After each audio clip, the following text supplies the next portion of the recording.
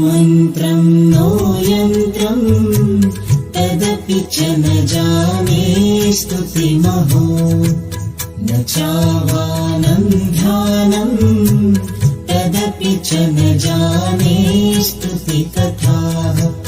न जाने मुद्रास्ते तदपि च न जाने विलपनम्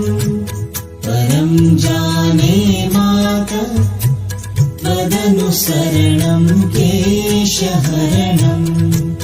विधेरज्ञानेन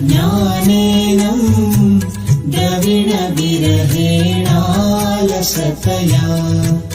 विधेया शक्यत्वा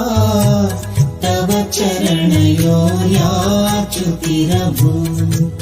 तदेतत्क्षन्तव्यम् जननि सकलोद्धारिणि शिवे कुपुत्रो जायेत क्वचिदपि कुमाता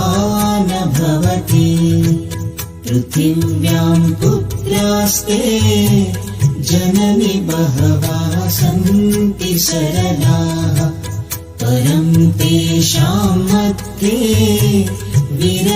विरलतरलोऽहं तव सुतः महीयोऽयं त्यागः